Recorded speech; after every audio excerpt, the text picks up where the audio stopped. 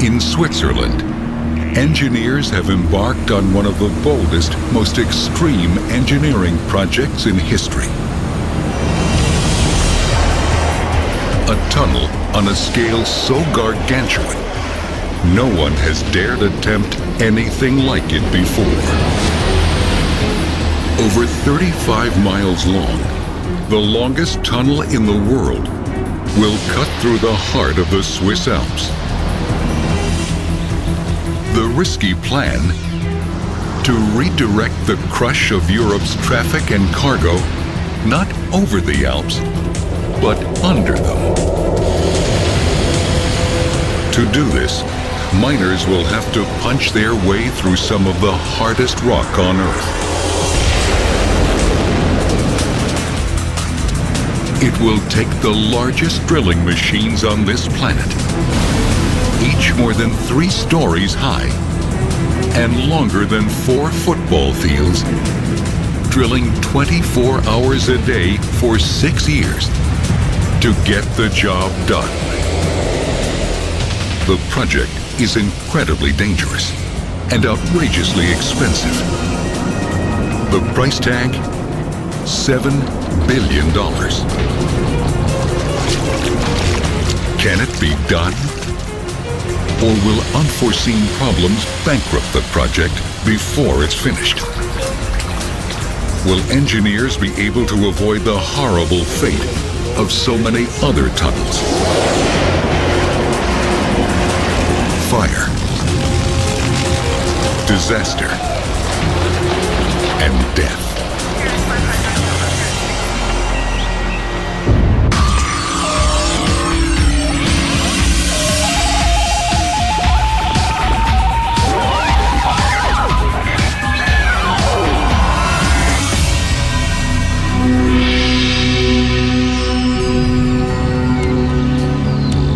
To the outside world, Switzerland is a picture postcard.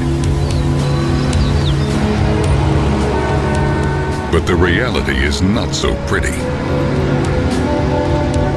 Because of Switzerland's central location, each year 14 million trucks and cars coming from every corner of Europe pass through Switzerland on their way elsewhere. The sheer volume is fast turning this country into the biggest traffic jam in the world. An obvious solution: put more freight and passengers onto trains to reduce the number of trucks and cars on the road. But it isn't that simple.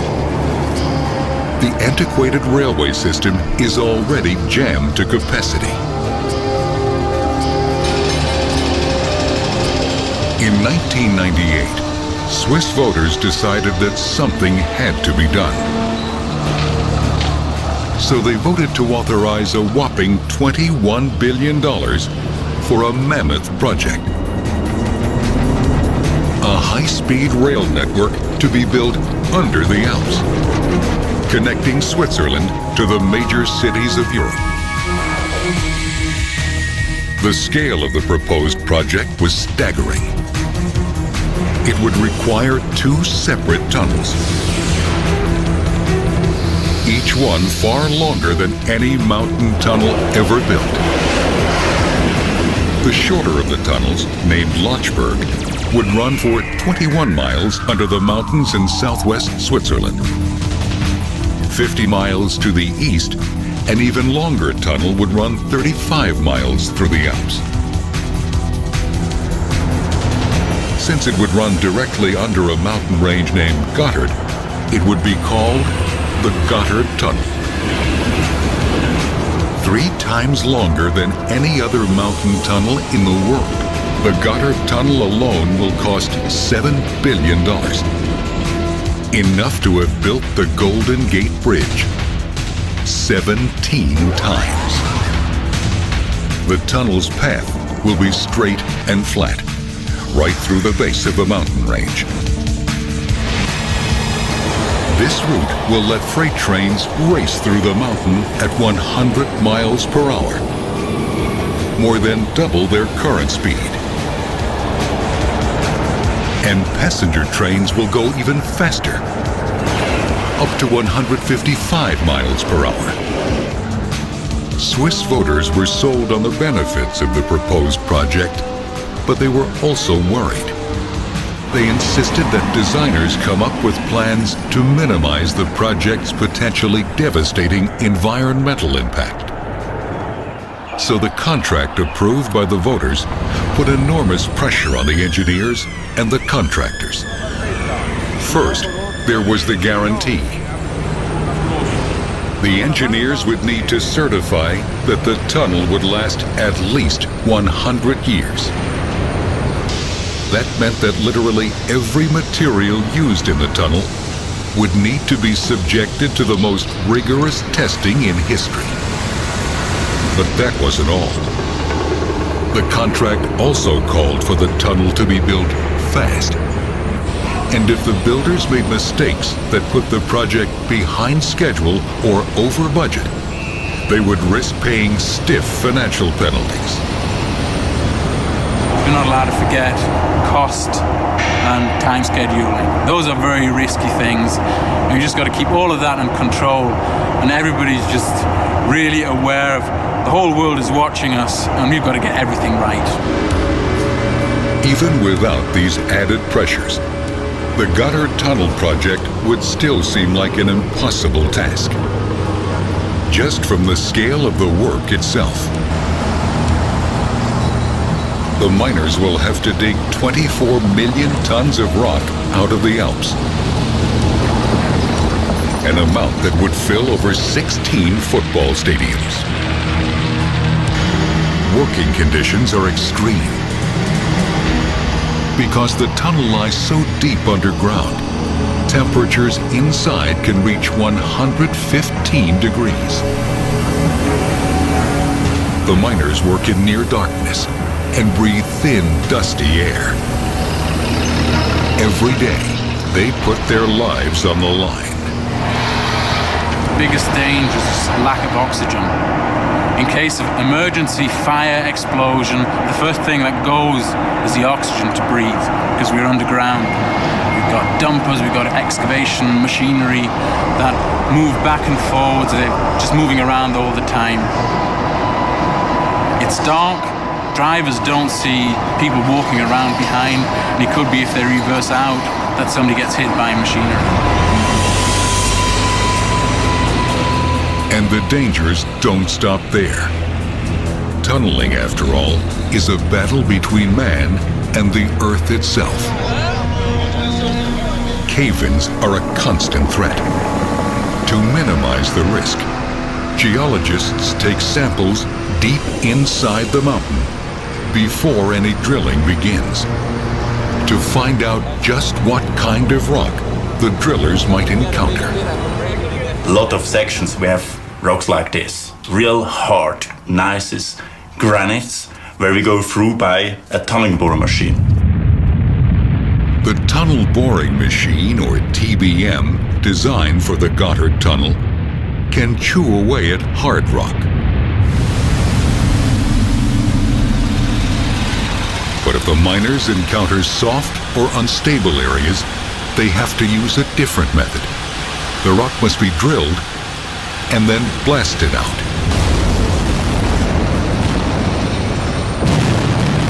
And in areas where there are high-pressure water zones and crumbly rock, none of these methods can be used, and the danger increases exponentially. In 1996, during the initial surveys, geologists discovered such an area, sitting near the path of the proposed tunnel. The geological team taking core samples got hit by a sudden, powerful explosion of sand and water. It's like you're in a submarine, 3,000 feet under sea level, and you drill outside into the sea. You hope that the water doesn't come into the submarine. So it's really life dangerous. Fortunately, no one was killed in the accident. But the incident threatened to stop the project in its tracks. the engineers estimated that stabilizing the area would cost an extra $600 million. That money simply wasn't in the budget. It took another half year of drilling deeper down before the geologists found a route that avoided the danger zone. And then we found a totally different rock. We found a marble. So this is not a difficult rock, so we can go through by TBM. Now that a safe path through the mountain had been determined, the design team could move on to their next big decision. What would the tunnels themselves look like? A single large tunnel with 2 sets of tracks inside would be the cheapest solution. But this design had a fatal flaw. If a train derailed inside the tunnel, it could hit an oncoming train or block the tunnel in both directions. A safer alternative would be the 3-tube system, like the one used in the channel between France and England. The channel has 2 single tunnels, one for each direction, and a smaller central tunnel for emergencies. That third tunnel proved a lifesaver on November 18, 1996. That evening, a train carrying several trucks entered the tunnel on the French side.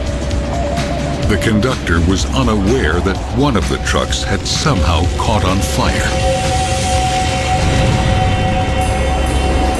At the time, there were 6 trains in the tunnel, including 2 passenger trains. 12 miles inside, the conductor brought the burning train to a dead stop. He tried to get the passengers out, but the smoke was so thick they could barely see the exits. Eventually, they were able to make their way to the safety of the central emergency tunnel. They were very lucky. The fire was so intense in the tunnel they had left, it melted part of the concrete lining. 2 people suffered serious smoke inhalation. But thanks to that central emergency tunnel, nobody died. The lesson was clear. Tunnels will always be dangerous places. But a good design can reduce the risks. You will never get a completely risk-free tunnel. You have to design it to cope with the foreseeable risks that might be faced. But at the end of the day, there are certain things called emergencies in which you have to have an emergency plan, whatever the situation you have. The Swiss engineers carefully considered the pros and cons of each design. The single-tube system was clearly too dangerous. But the 3-tube system was far too expensive. So they came up with something else. A double-tube design. Separate tunnels going north and south that would reduce the risk of a head-on collision. To enhance safety, they added passageways every 1,000 feet. These would allow emergency crews to move between both tubes. 2 crossover points along the track would allow trains to switch from one tunnel to the other in an emergency. The designers added another crucial feature: a series of small passageways connected to an escape route that crosses over to the other side. Each tube would have 2 of these emergency stations. If a fire were ever detected, the computers in the command center would guide trains directly to the closest emergency station. Passengers would then evacuate the train and make their way to safety. A pair of massive ventilators at the portals would bring in fresh air and push out the smoke. paper, this is perhaps the safest railway tunnel ever designed. But until it's tested, no one will know for sure.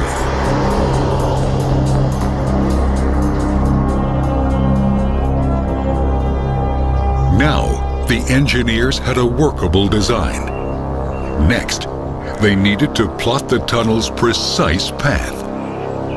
The plan called for massive tunnel boring machines to burrow in from the north and south. The trick is how to make sure they meet in the middle. If they miss by just 6 inches, tunnel workers will need to redig hundreds of feet of tunnel to get back on track. So to make sure they had the most accurate mapping information, the engineers turned to the Global Positioning System, GPS. GPS receivers were placed at the north and south tunnel entrances, as well as 3 intermediate points along the proposed path of the tunnel. Next, 4 GPS satellites in geosynchronous orbit above the Earth beamed signals to the receivers, which gave them their precise coordinates: latitude, longitude, and altitude. Once the engineers had these coordinates, all they needed to do was connect the dots. The plans were complete. Now the real work could begin. Base camps were set up to launch the attack on the mountain.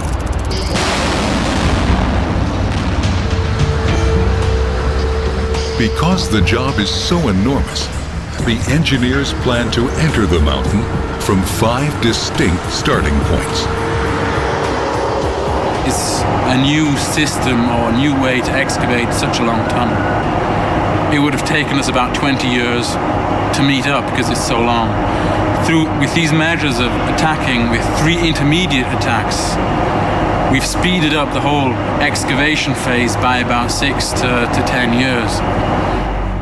Each starting point would have its own base camp, complete with concrete factory, water treatment center, living quarters for workers, cafeteria, even a mass transit system. The base camps would play a crucial role in keeping environmental damage to a minimum. A major concern was water. Drilling would contaminate huge quantities of pure mountain water that had been locked inside the mountain for millions of years. Water treatment plants at each base camp would filter out contaminants and then channel the water to nearby rivers. But an even greater concern, rock debris. What could be done with the 24 million tons of rock the miners would carve out of the mountain? They came up with an ingenious plan. Recycle it back into the project. Concrete factories at each site would transform the rock to produce the 7.5 million tons of concrete needed to line the tunnel walls. That's enough concrete to pave an 8-lane highway 300 miles long. Once the facilities were in place, project managers could start bringing in manpower. 1,800 workers were brought in from all over the world. Among them, the world's best technicians, explosive experts, and heavy machine operators. With the army in place, the full-scale attack on the mountain could begin. Their first task, build access tunnels into the rock. These tunnels are needed to get the workers and equipment to the actual work site deep inside the mountain. the workers would enter the rock in trains, buses, even an elevator. The schedule required work to go on around the clock, 7 days a week, for 12 years. Drilling, digging, blasting.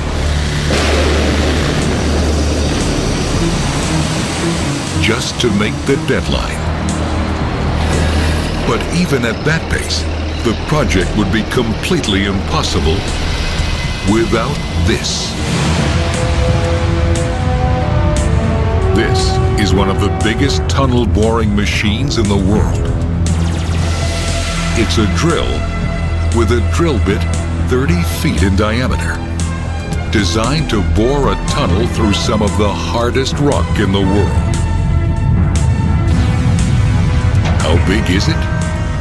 3 stories high, 4 football fields long. At full throttle, it can advance through 130 feet of solid rock in a day.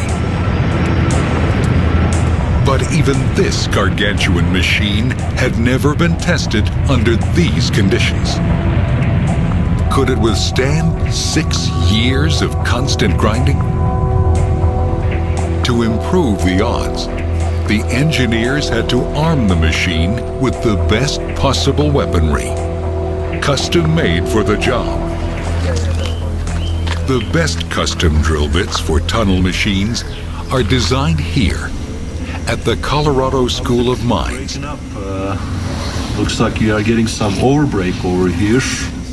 Where researchers test individual cutters, the steel alloy rollers that actually grind the rock face. To guarantee each cutter is best suited for its job, a rock sample from the tunnel site is placed on this machine. A cutter rolls over the rock again and again. The machine measures the force needed to cut through this rock. The data we get from these tests allows us to design cutter heads that'll best match the tunnel boring machine to the rock being bored through, thus making the machine most productive as it can be or go as fast as it can. The testing is critical. If the cutters are not made right, they could wear prematurely and slow the project down. 58 of these cutters, each 17 inches in diameter, are mounted to the front of the boring machine's cutter head. The custom-designed cutter head was made in Germany and then shipped to the tunnel site back in Switzerland.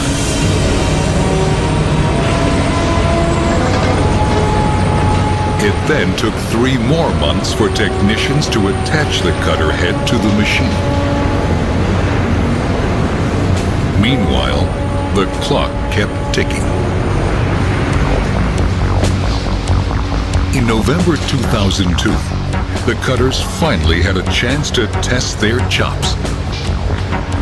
It was a critical moment. Engineers, miners, and politicians gathered in the depths of the Alps to see if the giant would really work. They waited. Suddenly, the beast came alive. Its 3,500 kilowatt engine cranking out 4,700 horsepower. The massive cutter head turning, pulverizing the granite into tiny bits. Everyone breathed a gigantic sigh of relief. Of course, the cutter head doesn't do the job alone. The Gotthard's tunnel boring machine is a complex marvel made up of 90,000 parts. Aimed precisely in the direction of the tunnel to be, a pair of gripper pads is pressed against the rock, locking the boring machine in place. The powerful hydraulic arms attached to the gripper pads push the cutter head forward, driving it into the rock. The cutter head turns counterclockwise, crushing the rock into small chips with its 58 cutters.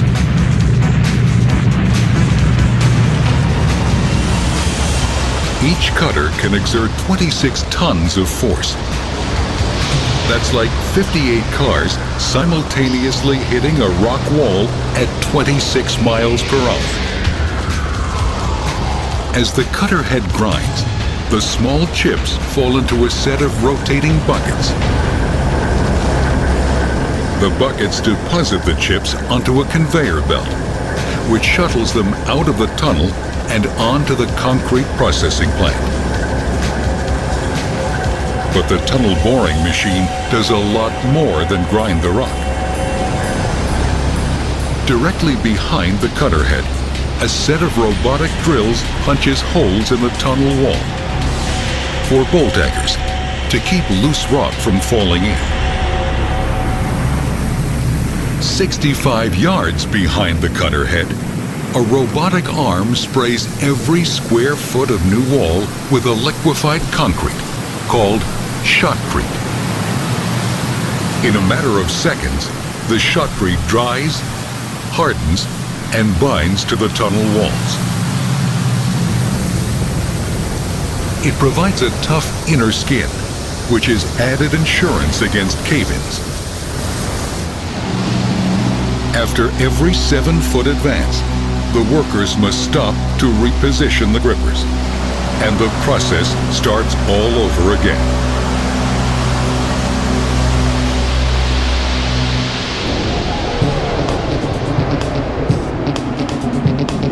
The project is so massive and the schedule so tight, the job requires not one, but 6 of these $21 million tunnel boring machines.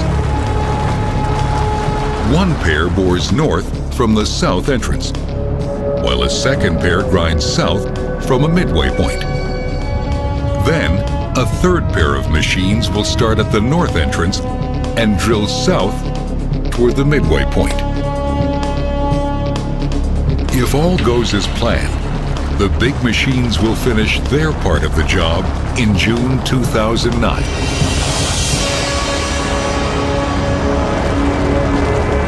But there are plenty of unknowns. And as powerful as the boring machines are, there are some places in the tunnel where they can't be used. That's because these machines can dig only straight and only through hard rock. But the Gotthard Tunnel will pass through a few areas where the rock turns soft or is broken and unstable. The risk of a cave-in is simply too high in these spots to use the machine. So they have to be dug out the old-fashioned way, by drilling and blasting.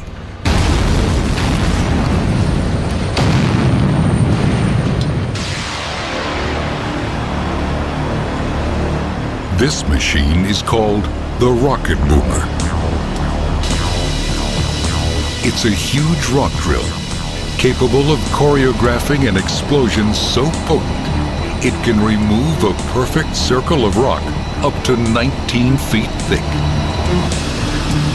First, a technician uses a laser beam to align the drill. Next, the rocket boomer's computer calculates the blast pattern that will deliver the most bang for the buck. Then the drilling begins. Over 80 holes, up to 19 feet into the rock.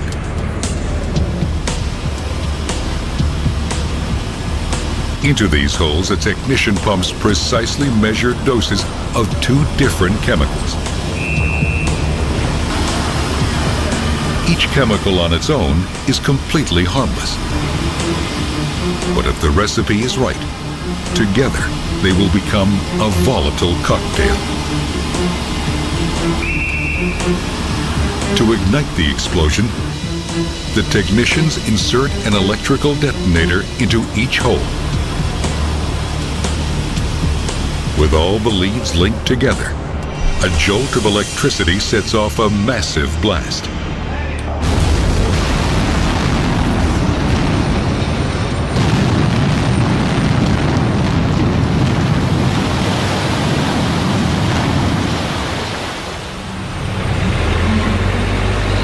Once the dust settles, the rubble is shoveled out. A single blast like this takes 8 hours to pull off.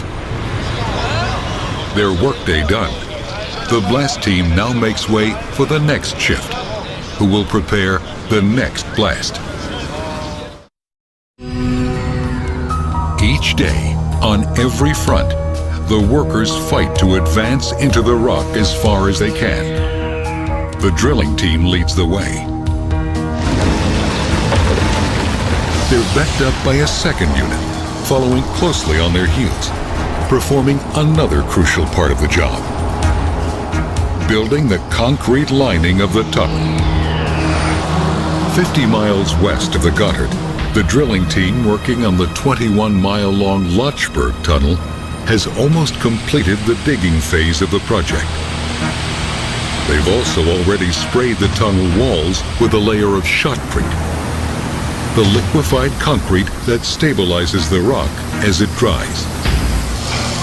Now, the tunnel is almost ready for its final concrete lining. First, it must be carefully prepared. At this stage, water is the enemy.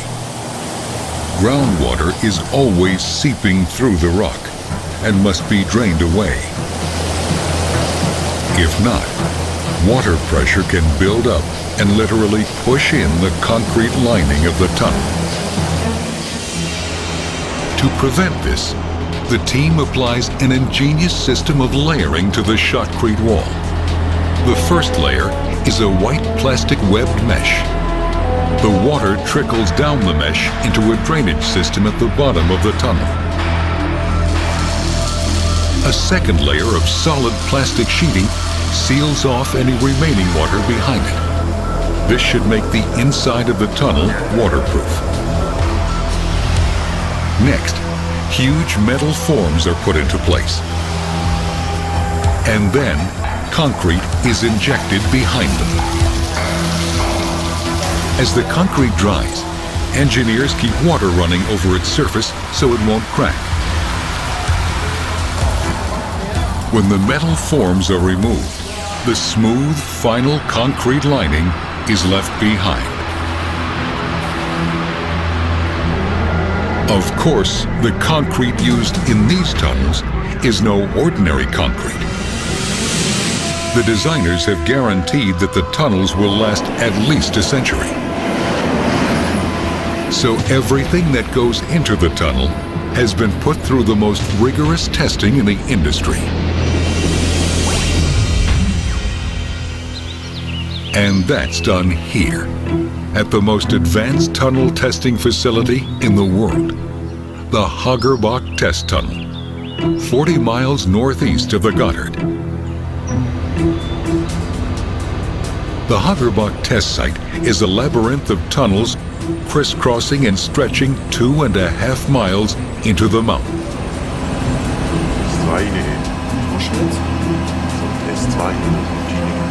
Here, engineers must test and approve everything used inside the Swiss Alp Tunnel project. In this laboratory, engineers subject concrete blocks to extreme pressure. The concrete lining has to hold up under the mountain's weight as the rock settles. When the deformation and the forces is too high in such a tunnel, then you have some cracks in the lining, or the worst case is that the lining can break down.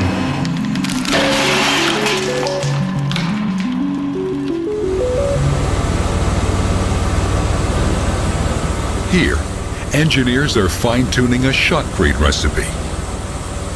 A mix of sand, gravel, water, and cement that is sprayed onto the tunnel's bare rock walls. The precise ratio of ingredients is crucial. Too little water, the shotcrete will be too thick to spray. Too much water, it will be too weak. Shotcrete also must be able to withstand extreme hot and cold temperatures. In this area, engineers are testing explosives. Different types of rock need different formulas.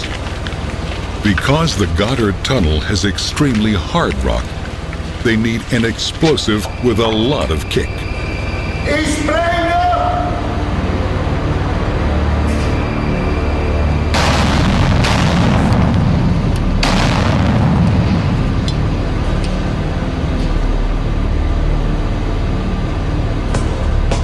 These tunnels are also used to test people, to prepare them for disaster. Fire is one of the biggest dangers in a tunnel. Using wooden crates and gasoline, the engineers simulate a common tunnel accident scenario: a truck on fire. In just a few minutes, the fire is a raging inferno. In a fire, a tunnel acts just like an oven. Temperatures can exceed 2,000 degrees Fahrenheit. Hot enough to vaporize human flesh.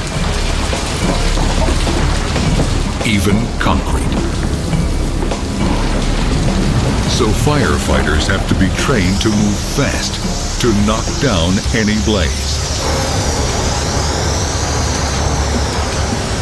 Tunnels are also dangerous because they're cut off from air and light.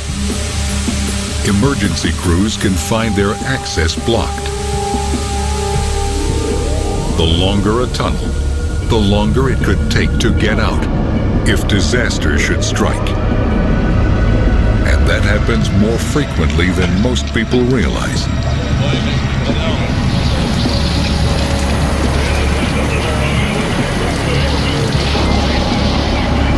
March 24th, 1999 started out like any other day. At 10:45 a.m., cars and trucks were speeding into the Mont Blanc Tunnel between France and Italy, unaware of what was about to engulf them. About 4 miles into the tunnel on the French side, a truck driver noticed smoke pouring from the back of his rig.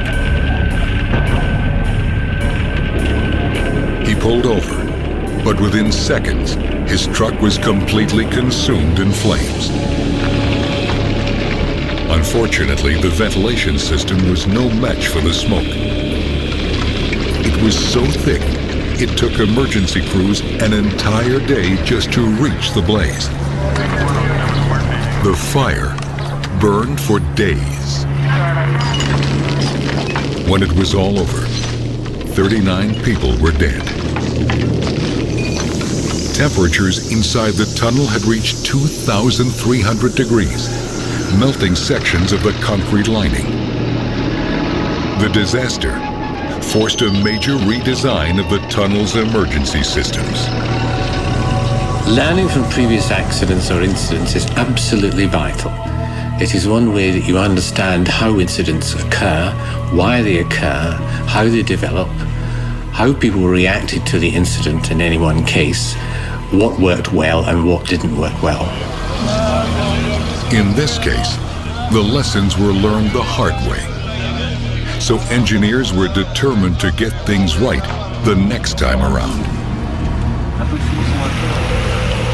First, they added 76 high-powered fans to blow out smoke and bring in fresh air.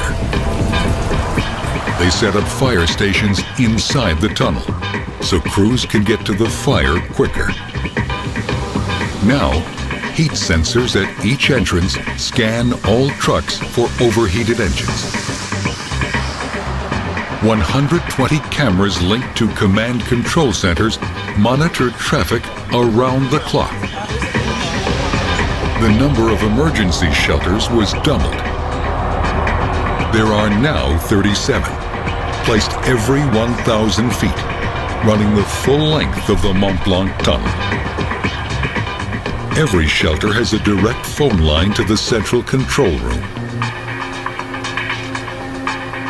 And the engineers added something new, a way out of the tunnel. Inside each shelter, a stairway leads to a passageway below the main tunnel. In a disaster, emergency crews would be waiting there to take the drivers out.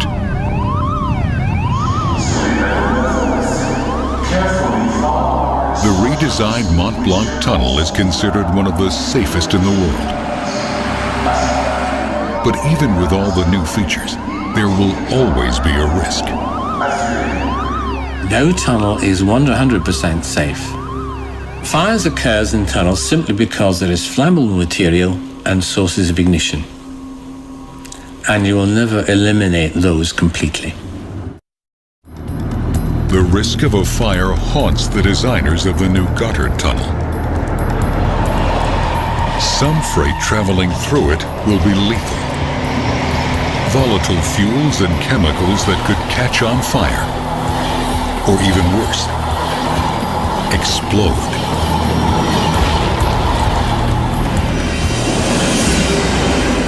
The year is 2015.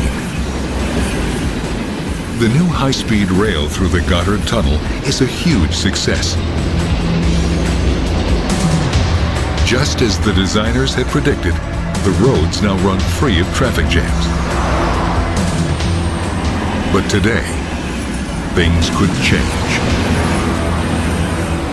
A small fire has just erupted on a freight train also carrying passengers. No one on board sees the fire. And the train is carrying a dangerous cargo of highly flammable fuel. 12 miles inside the tunnel, a passenger suddenly notices the smoke and alerts the conductor. The train's only hope: make it to an emergency station. The conductor knows that a massive explosion could happen any minute. If he can't evacuate his passengers, all of them will likely perish. In the command center, alarms sound. Emergency crews are dispatched to the scene. But now the train is 15 miles in.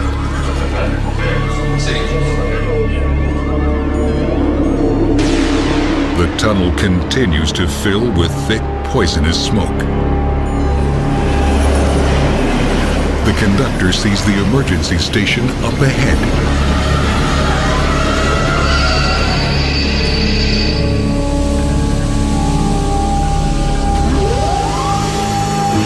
Now, the massive fans kick in, blowing out the noxious smoke just long enough for passengers to see their way out to the emergency station. The conductor quickly herds the passengers through the station, out of harm's way. The fire crews stamp out the fire before it reaches the flammable cargo. Disaster is averted. The passengers make it to safety. The only casualties are a few cases of smoke inhalation. The system worked. At least that's the way the planners hope it will happen. But no one will know for sure until the tunnel is built and undergoes a real emergency.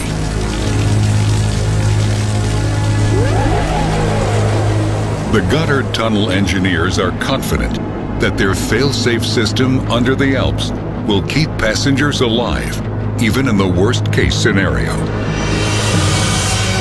They have also boldly guaranteed that they will finish their tunnel on time, on budget, and that it will last 100 years.